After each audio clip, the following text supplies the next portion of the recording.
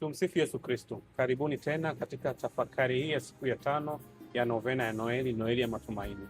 Na leo tunatafakari Yesu Kristo, kiongozi wa matumaini.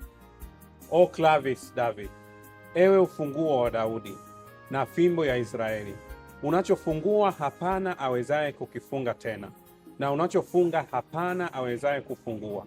Njoo uwaokoe mateka gerezani, uwaangazie wale wanaokaa katika giza na katika kivuli cha mauti.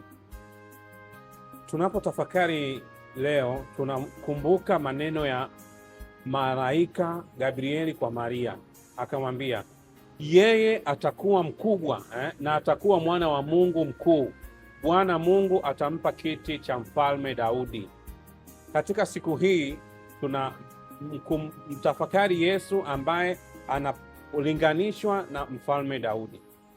Hata antifona ya leo inatualika kusali ili Yesu aje kuwatoa mateka gerezani na kuwaondoa wanaokaa gizani. Ufunguo huu wa Daudi si kitu kingine bali ni msalaba. Msalaba ambao Yesu mwenyewe alikufia ili kutuokoa. Msalaba huu unakuwa ufunguo ambaye anatupa wokovu. Na hakuishia tu msalabani, Yesu alikufa na kufufuka akashinda mauti. Hivyo katika misa ya usiku wa mkesha tunaambiwa kwamba katika kitabu cha Isaya atawatoa walioko gizani na kuwaleta katika mwanga.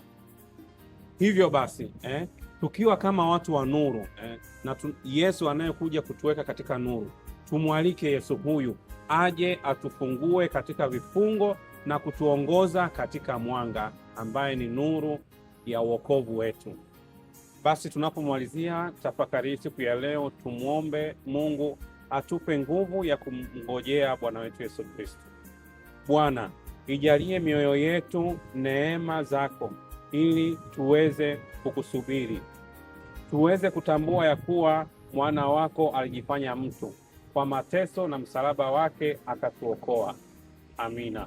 Kwa jina la Baba na la Mwana na la Roho Mtakatifu. Amina.